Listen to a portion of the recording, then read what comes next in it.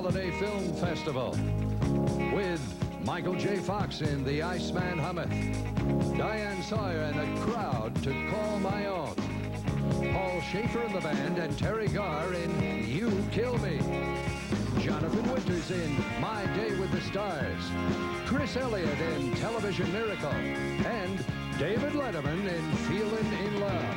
And now, by the way, if you figured out this isn't L.A. law, here's David Letterman.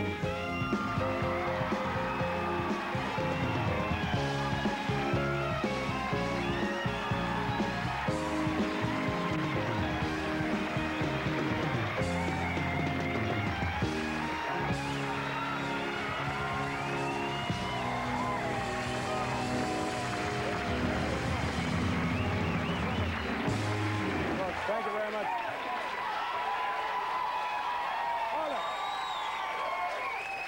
Thank you so much. Thank you very much, ladies and gentlemen. And boy, it smells like prime time in here, doesn't it? Welcome to our second annual Holiday Film Festival, and I hope everybody had a very nice Thanksgiving yesterday. Of course, at the Letterman House, it's traditional. We have the Swan Dinner. Boy. And it's fun to watch the little kids fight over the neck. But, you know, seriously, it's been said, ladies and gentlemen, that if you took all of the films ever made and stretched them out end to end, they would wrap around the Earth, the globe, 60 times. Of course, in order to do this, you'd probably have to get some kind of a permit. so we didn't do that. You know, in putting together our Holiday Film Festival, I came across a rather interesting statistic. According to Variety magazine now, 70% of all candy sold in motion picture theaters this past year were sold to Roger Ebert. Can you believe that? That seems like...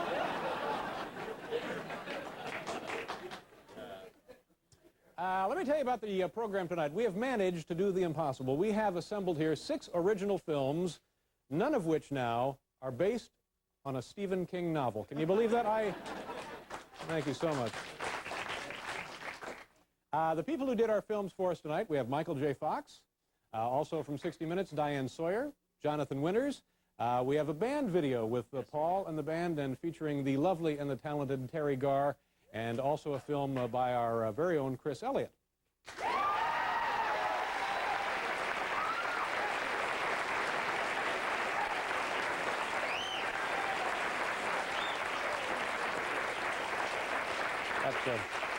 Well, that didn't seem altogether spontaneous, did it? Well,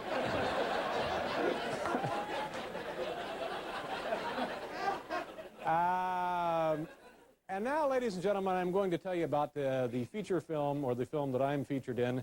And I think when you see this little film I've put together, you're going to see that it contains a lot of really what I do best, and that is overact.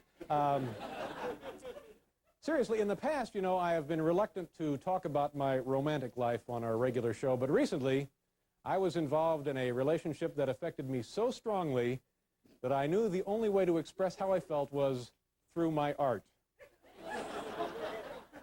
The film you're about to see is one I had to make as a form of therapy, but I think there comes a time when we're all feeling in love. It looked like another boring Friday night. For months, Paul had been trying to set me up with the right girl. I never dreamed that tonight she would walk into my life. Party for Schaefer? Hi, Wendy. Oh, hi, Paul. Sorry we're late. Oh, I just got Listen, here. Dave. Wendy, this is Dave. And Hi, Dave, David. this is Wendy. Hey, it's Hal. I should wonder what he's doing here. Who's Hal? Oh, that's Hal Gurney. He's the director of the show.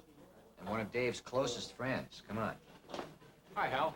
Having dinner alone? Dave? Well, actually, I'm waiting for my wife. It's our 25th wedding anniversary. Oh, congratulations. Thank you. You know, I don't think I ever met Mrs. Hal Gurney. Really? No. Here she is now. What a knockout. My feet are killing me. Pick this place. Dear, I don't think you've ever met Dave.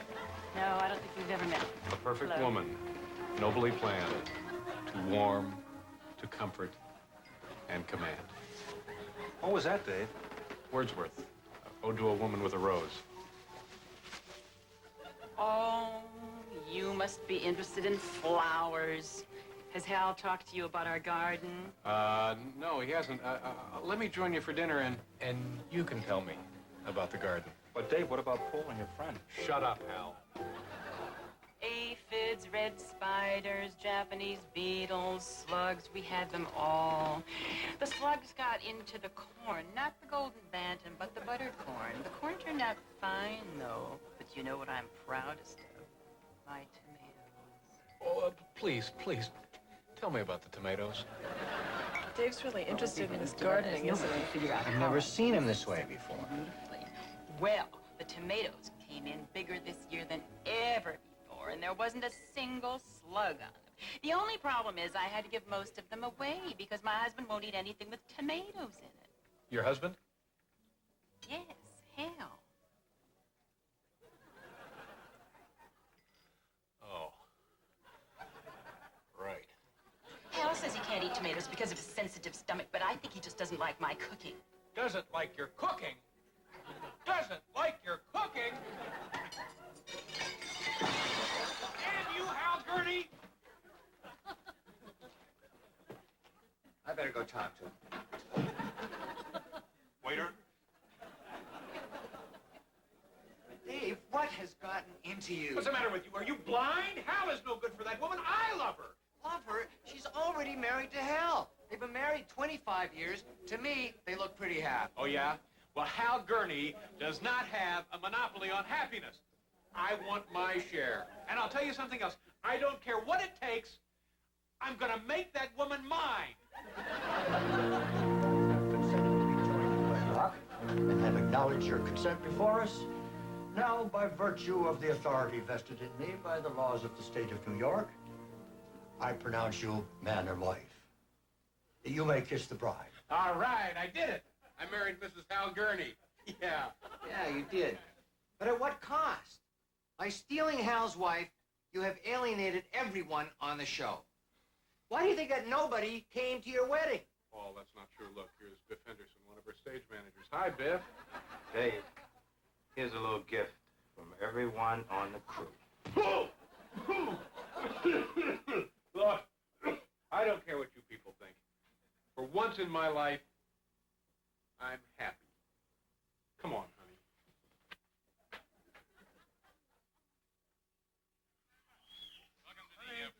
Honey, wake up. The show's on. I'm about to do something really funny. You're not going to sleep through the honeymoon, are you? Come on. Wake up. Yeah, look. See what I did here? I pretended like the joke didn't work, and then I made a really goofy face, and I got a huge laugh. That was pretty good, huh? You know, now that you're my wife, you'll learn all the tricks that I use to make the show a big hit. Doesn't the director have a lot to do with it? Well, what is the deal? You've been talking about Hal all night. Just relax and watch the show, please. Ladies and gentlemen, as you all know, I was married today to Mrs. Hal Gurney, who divorced our director so she could run off with me. Can we get a shot of Hal now in the control room?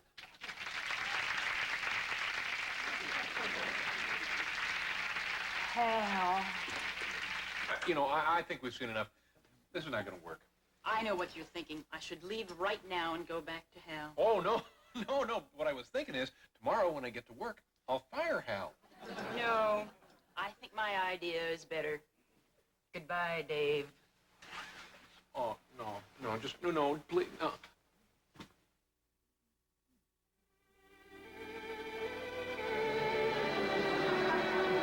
After Mrs. Gurney left me, I couldn't get her out of my mind. I was a wreck. I felt like I would never laugh again. Then one day, I happened to pass a movie theater. I saw what was playing. Chaplin. City Lights. Good old Charlie. He was my idol, and he was there to cheer me up when I needed him most. I had to go in. Of course, I'd already seen City Lights, so I went to see what was playing in Cinema 2. It was Porky's 5. And let me tell you, I never laughed harder in my life. The movie put the world back in perspective for me. I felt good about myself again. I could go on living.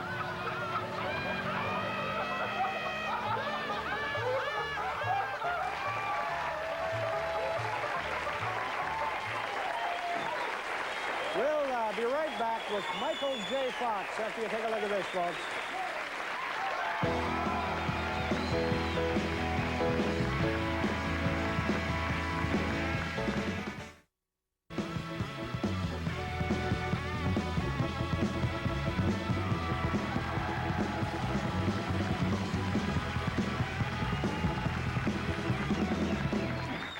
Thank you. Thank you so much, and welcome back to Stonehenge, ladies and gentlemen. Our first guest this evening starred in the top money-making film of 1985 called Back to the Future, and if you were too cheap to pay the $5 to see him then, he's here tonight on good old free network television with an original film he's made for us called The Man Hummeth. It's a pleasure to welcome to this program the very talented Michael J. Fox.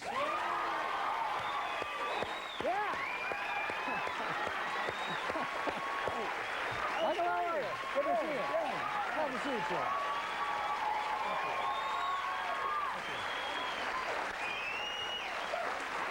That was a funny movie. Yeah, we're doing what we can. How are you doing? I'm doing good. The Man Hummeth. Tell us about this movie. Man Hummeth. Well, it's kind of it's a comparison between a symphony orchestra preparing to do battle in its own sense and a hockey team preparing. Ready for a game. Yeah, because I was trying to think, you know, when they said 3.5 minutes or whatever before, I actually went way over. Guys, get ready. I was trying to think of the best 3 minutes I could ever think of that I'd ever seen, and it was the Hearns Hagler fight. Right. So, I mean, it really was. It was the best. You tried to recreate that. Most entertaining 3 minutes I've ever spent. So, in a way, that's what this similarities. is. All right. And So it's weird and it's epic. You want to take weird and epic? I'll take a look at this now. Why not? All right. It's the Michael J. Fox entry tonight. It's Crank called the volume, guys. The Man Hummeth. Hey, Jack, you gonna kill him tonight? Murder him!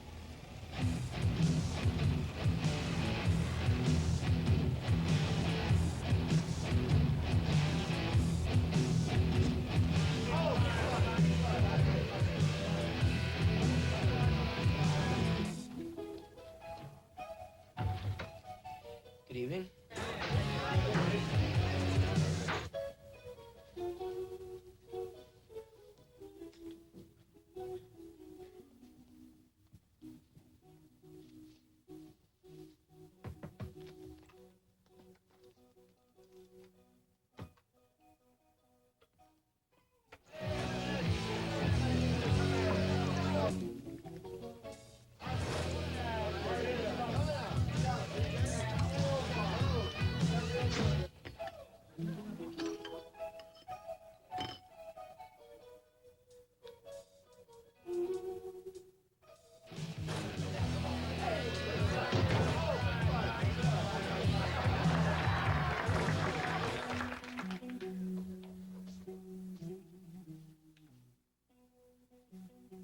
Wait a minute. This isn't mine. This is too small.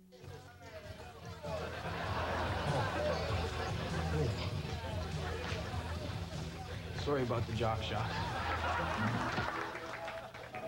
Thanks.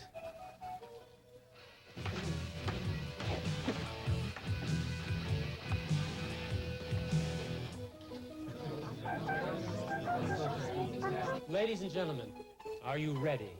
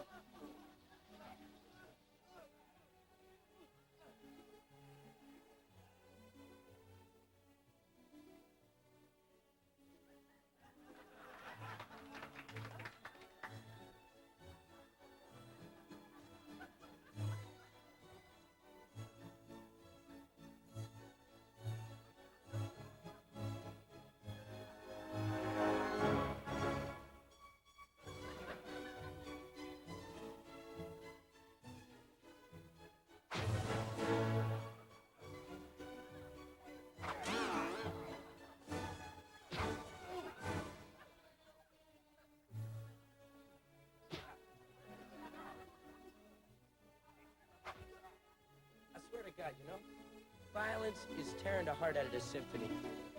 Yeah, it's getting so you can't take the kids anymore.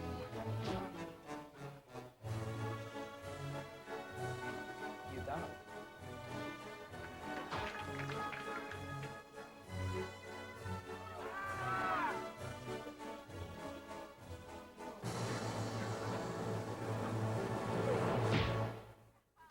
Yeah. Very nice.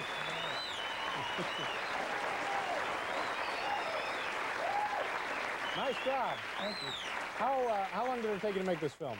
Well, you guys gave me a lot of time. I found out about it about a month ago. Yeah. I guess wrote it about 3.5 weeks ago, shot it 2 weeks ago, and delivered it last week. And the actual shooting took 2 nights in an ice rink. We shot from 12 at night till 6 in the morning. How did you get the actual musicians to fight? Well, we showed up. It was amazing because these are musicians. A lot of them are in their like 50s and women and stuff. And I came up and they were waiting and they were really cold and they were starting to get a little grumpy. And they said, "What do we do?" And I said, "Well, really, what I want you to do is really beat the hell out of each other." and they like got into it, and I could tell them they were like picking out the people who they've been wanting to smack for a long time. And they were fabulous. I mean, if those were stuntmen, it would have taken like 3 months to work that thing out, and it was great. Turned out very nicely. How'd you do on your budget? Did great on the budget. You gave me, I don't know, we got $40,000 to make this. I came in at 32. We were going to have a bitchin' party, guys. Nice job, Michael. Thank you very much. I appreciate all of your time. Michael J. Fox. We'll be back with Dian Sawyer, Jonathan Winters,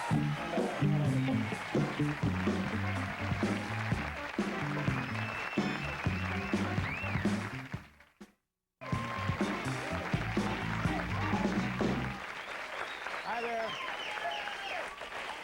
And welcome back to This Week with David Brinkley.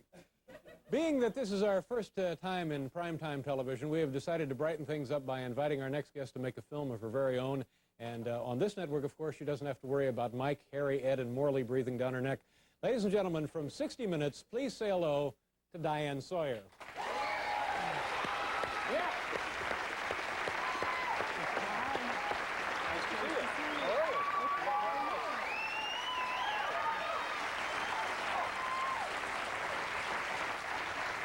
How you doing? I'm fine. How are look great. you? Thank you. You enjoying yourself? Why were you interested in making this particular film?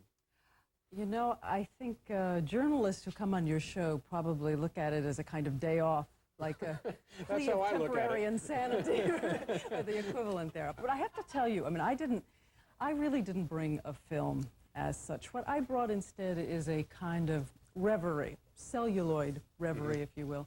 And it was inspired by a letter I got the last time I was on the Late Night Show. Piece of fan mail of some kind? Well, not exactly, but I'll tell you, it was a letter that caught my attention because it was on the official NBC stationery, and I'll tell you what it said. It said, "Dear Diane, is a guy who dresses up in Velcro suits and spends network time on stupid pet tricks funny? I don't think he's funny, yet every night in that studio they laugh and laugh. Without that studio audience, he'd be another Mr. Rogers. Wise up, kid," it said. Wise up, kid? Wise up, kid. Yeah. The familiar here. There's a story under your nose. And it was signed sincerely, Bob Wright. Does he work here, Bob Wright? Bob Wright. I think he's the new chairman of the board. Came in with the GE, kind of running things now, yeah. Well, I'll tell you, as I say, it caught my attention, but obviously it's not the sort of story that we do on 60 Minutes. So I set it aside, and still it kept haunting me. Until one night, I had this dream that I had been assigned to investigate this compelling question. And I'll tell you, I knew I was onto something when I showed up right here, down in the lobby of the RCA building, and tried to get past the security guards to get into this studio to find out the answer to that question myself. I see. You just can't go through our security. You got something to hide? But you can't go through. Come on. You're not going through. Had I really stumbled onto a cover-up? Cover-up? Did someone say cover-up? Finally, the guy who runs the NBC freight elevator agreed to talk. They're his audience. I mean, they're really his audience. Come around to the side of the building after the taping, and you'll see. Sure enough, every afternoon, the audience leaves the studio and goes straight home.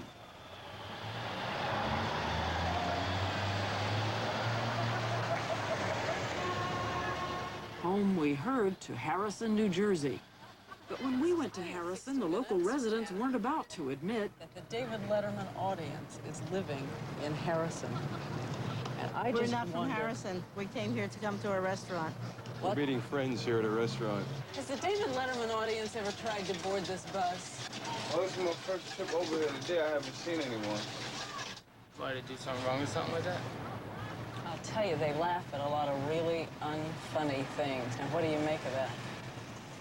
People like that should get punched. The David Letterman audience is living right here in Harrison, right in this town. Really? Never heard of them? Never heard of them Never either. heard of them. You wouldn't be shading the truth on me, just a little. Oh, no. Oh, no. of all people, we would never do that. I would probably know about it, but I never heard of them living here. Did this guy really think he could fool 60 Minutes?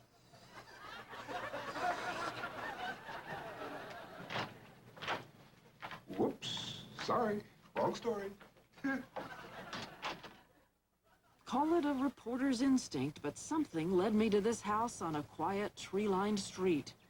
Ridiculous as it seemed, I was sure Letterman's studio audience lived here.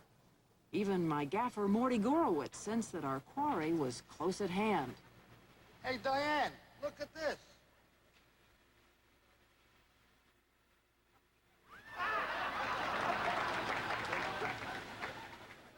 We waited. Finally, the search paid off. It was the Letterman audience out walking its dog. We followed them to the park. They relaxed with a little frisbee. We even caught them practicing a stupid audience trick.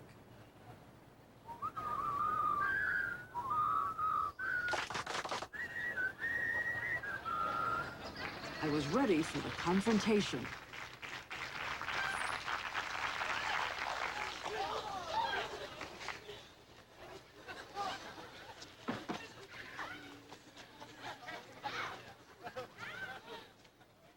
All right, it's what everybody really wants to know. Why do you laugh at David Letterman? You being paid? Somebody pay you to laugh at David Letterman? Well, tell me this. When did you start laughing? When was the first time that you remember laughing at David Letterman? Oh, come on, you all. This hasn't happened to me since about 2 weeks ago in Terre Haute.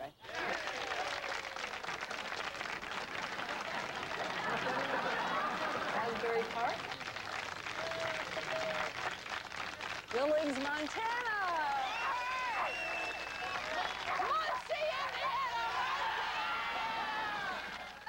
For the first time, I knew how Letterman felt. It was so easy, the mindless laughter, the eager applause. How could I possibly go back to 60 Minutes without them?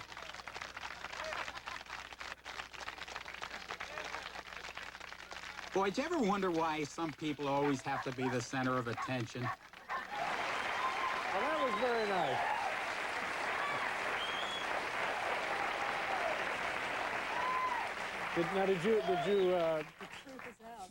Yeah. Did you enjoy doing that? Was that fun for you? It really was. As I say, it was a kind of holiday for a holiday weekend. Now, did you have trouble getting those people to cooperate? Well, I think I mentioned before, one of the most fascinating things to me is the absolute politeness with which people treat ridiculous questions. And we walked up, in Harrison, New Jersey, we walked up to these people literally on the street and asked them this absurd question, and they all treat you as if you're rational. The sisters were very nice. That's right.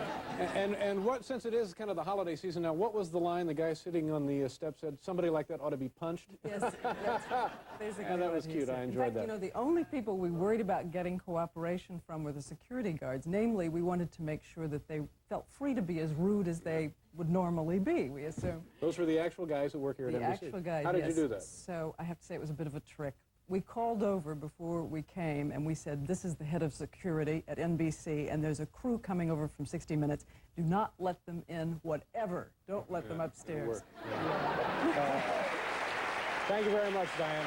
Come back again. We certainly appreciate it. We'll pause here for station identification. We'll be back in a minute.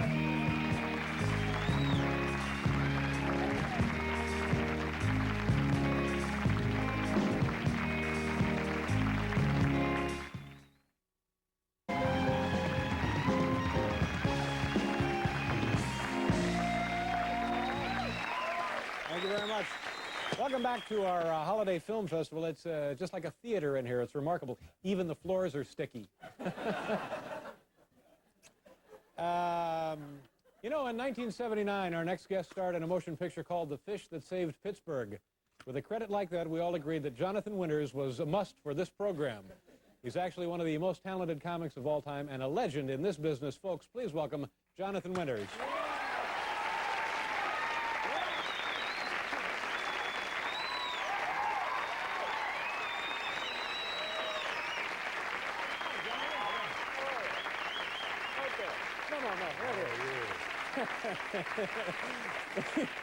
You know there's no one there.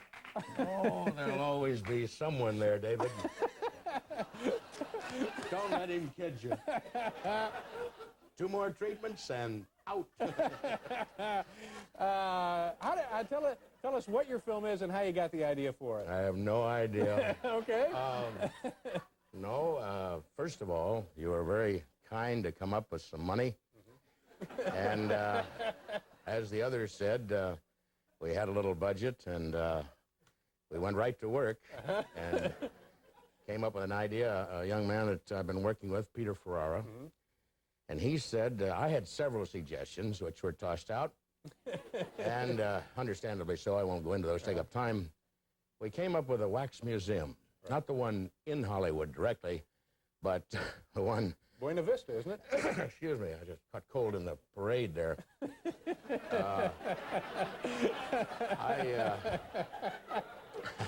I just can't believe it's Thanksgiving.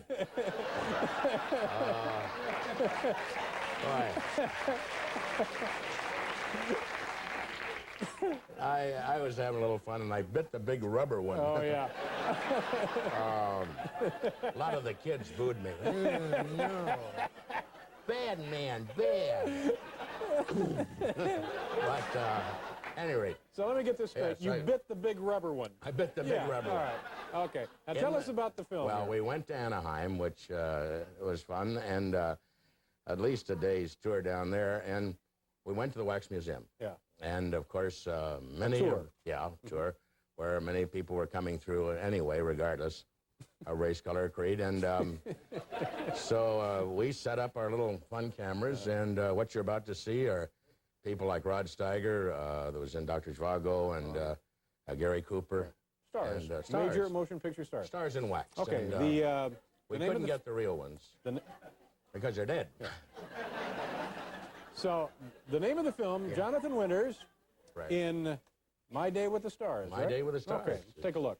Should be a lot of fun.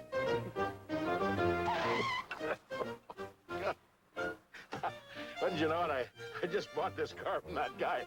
Ran over him. I'm sorry. Come on inside. I want you to meet some of my friends. They've been standing around all day, part of the night. Attractive bunch of people.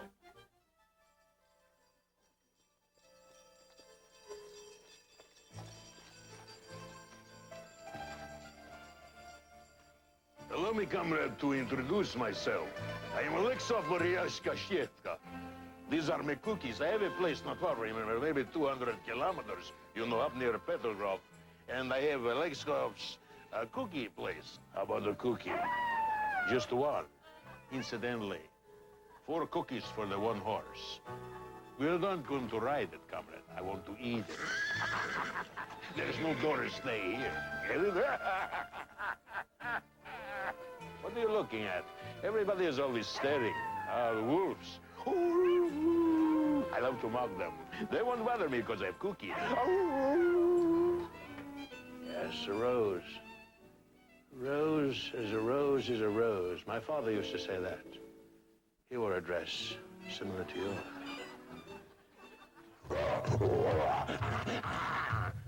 She seems so still. They confirm it.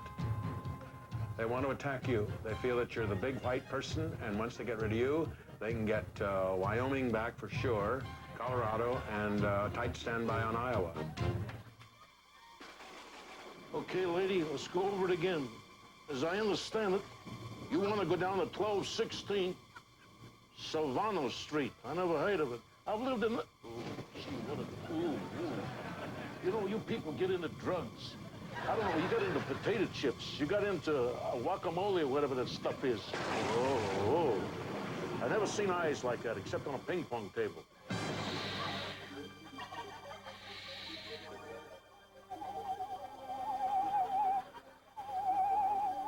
Normally that gets guys like you. Well, I understand that at noon they'll be coming to get me. About 13 guys Sunday a week beat up on me in the mail car. That's where I work. So all the ribs on this side were fractured, and these were actually taken out. And I just don't know whether to, send to the VA or what for, artificial ribs. I'll be there. Incidentally, you need an extra gun? I got one. I've never had a chance to use it. I've been held up 46 times, so my standard pose is this. Well, that was my day with the stars. Thanks for joining us. Did I say that was my day? Imagine that whole day being wrapped into 3.5 minutes. That's all they'd give me. My standard pose is this.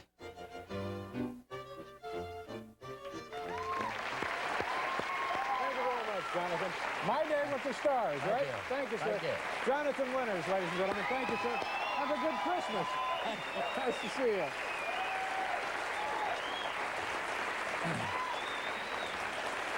All right, now we would want to welcome a wonderful actress and a fine comedian and our beloved and popular late-night band leader. That would be, respectively, Terri Garr and Paul Schaefer. Kids, come on out here. Paul?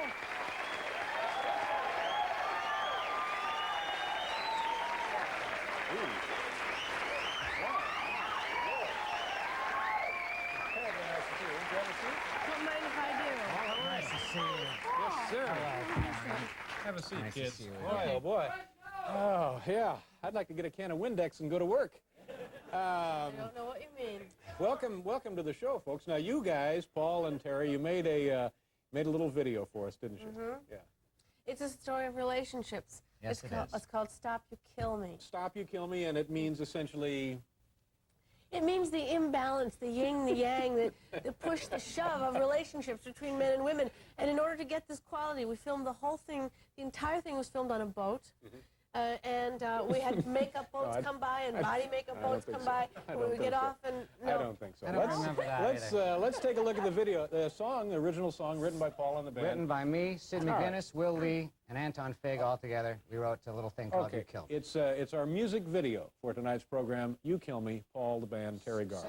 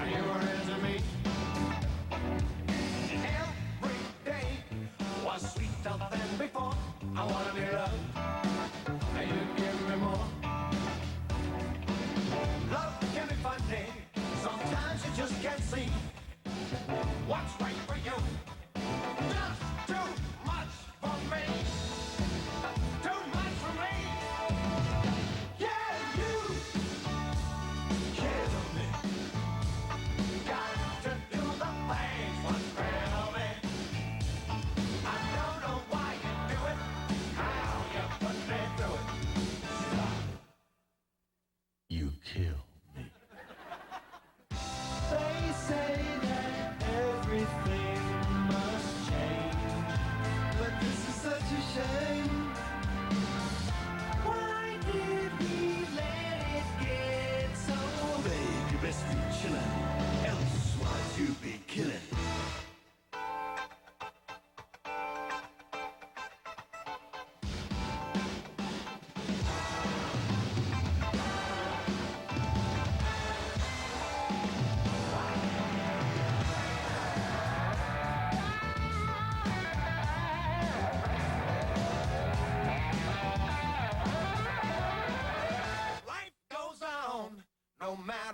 you say or what you do. You know it's true. After all, it's still just you and me. Been around the world, nothing left to see. The verdict's in, defendant tried. I find you guilty, convict you of love, homicide. Cut and dry, can't be denied. I can't let you slide. Yeah, you kill me. Got to do the things what thrill me. I don't know why you do it, how you put me through it. Stop. You kill me, all right. You kill me. Yeah, you Kill me. Oh, you kill me. Yeah, you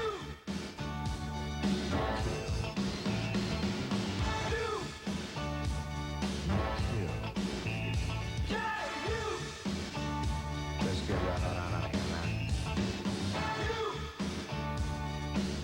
Be killing.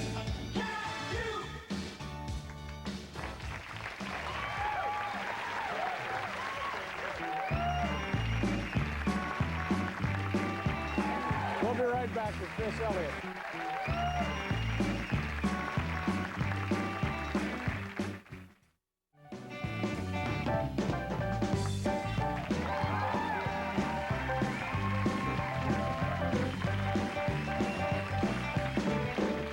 All right, welcome back. I'm going to take a second here to thank Ted Turner for coloring all of our films tonight for us. Our next guest is what the TV Guide would call a semi-regular on this show. You know him as any one of a dozen running characters, all pretty much identical. Ladies and gentlemen, say hello to Chris Elliott. Hi, Chris. Hi. Nice to have you here. Nice to be here, Dave. Thank you.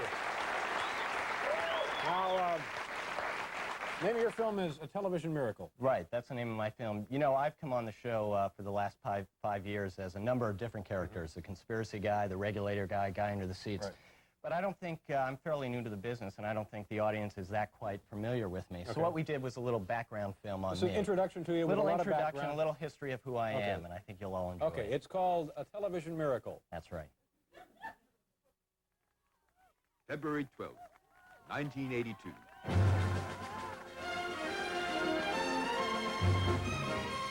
New York City.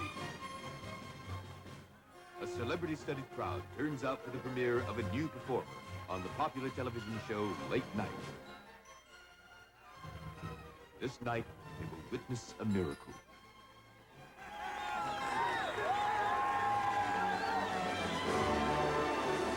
Join us now as we go behind the scenes and experience together the magic and the mystery of Chris Elliott, Television Miracle.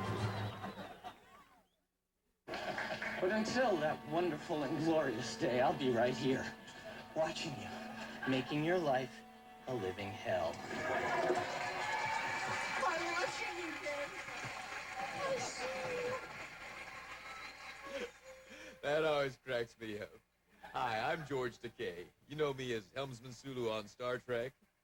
On board the Enterprise, we encountered life forms of many different kinds, but none as astonishing as a computerized marionette that acts as David Letterman's comedic foil.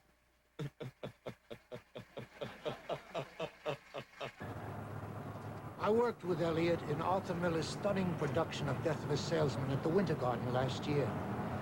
It wasn't until a week after the show had closed that a friend of mine informed me that Elliott, this magnificent, feeling performer I so admired, and with whom I'd spent many hours, on stage and off, was not human. That's it. Well, not human, perhaps, but certainly alive. Bringing Elliott to life is a job of its creator, Gail Nelson, who has been designing and building puppets since he fled his native New Zealand some 30 years ago.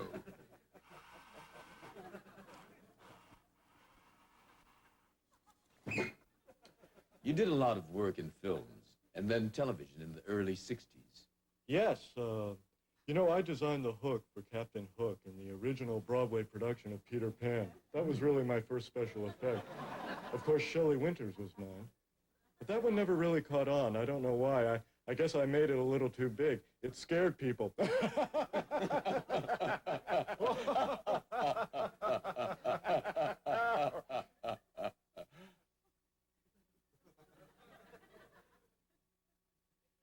Chris is kind of a conglomeration of many ideas, actually. For wisdom and humanity, I molded his eyes after Einstein. His thick blonde hair is identical to that of George C. Scott. And for his chin, I did something special.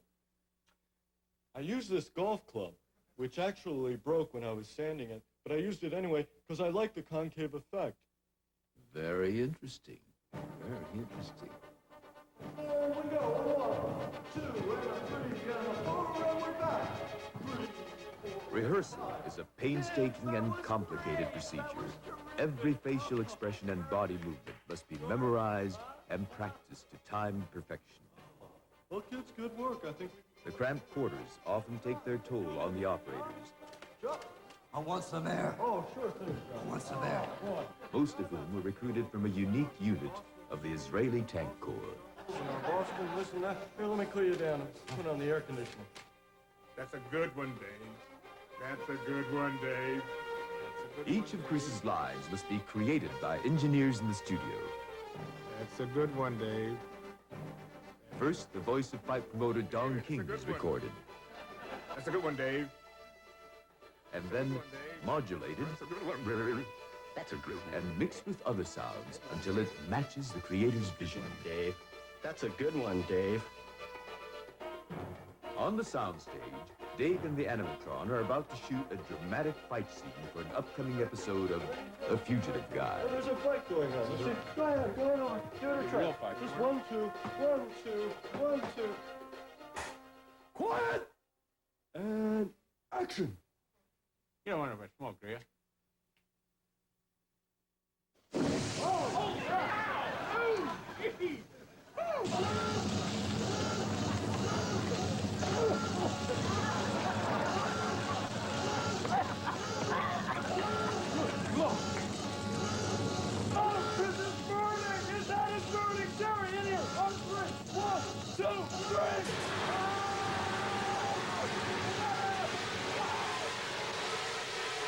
What the hell is that? The thing blew up. That could have killed me. That thing is not safe.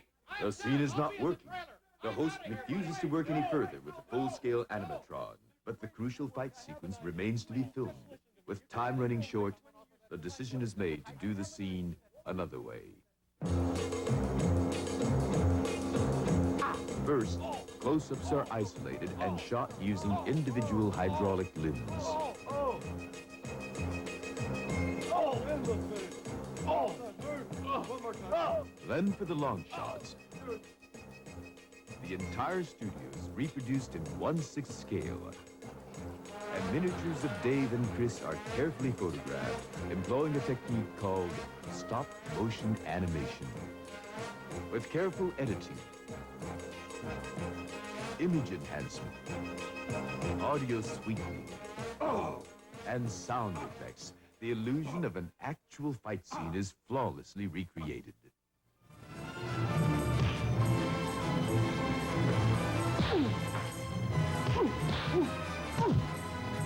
In this scene, as in every scene, you would swear that Chris Elliott is a living, breathing person.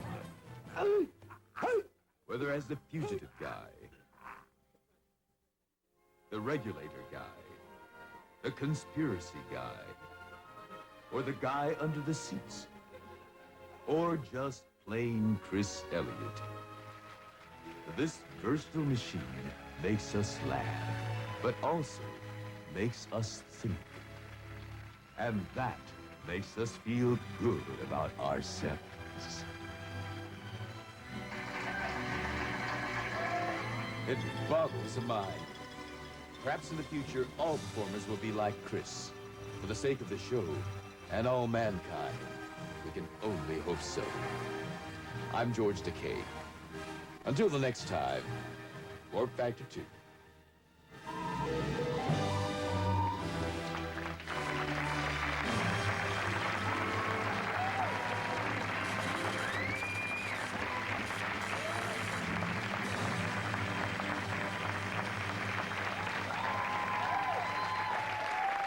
Chris Elliott, folks. Nice job, Chris. Thank you very much. And that makes us feel good about ourselves. We'll be right back.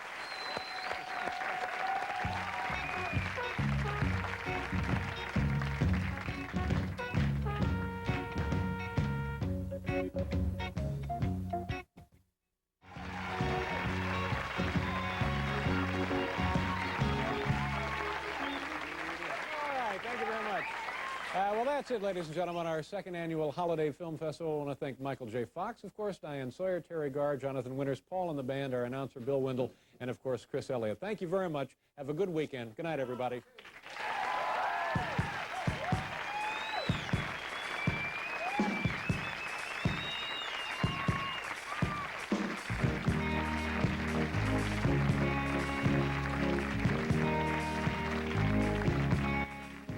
Later tonight, Johnny welcomes Joe Piscopo to The Tonight Show starring Johnny Carson. Then, Mindy Cohn and Kim Fields from The Facts of Life host Friday night videos. And remember, starting next Friday night, Crime Story lays down the law following Miami Vice. That's Crime Story on a new night and a new time, Fridays at 10, 9 Central and Mountain on NBC.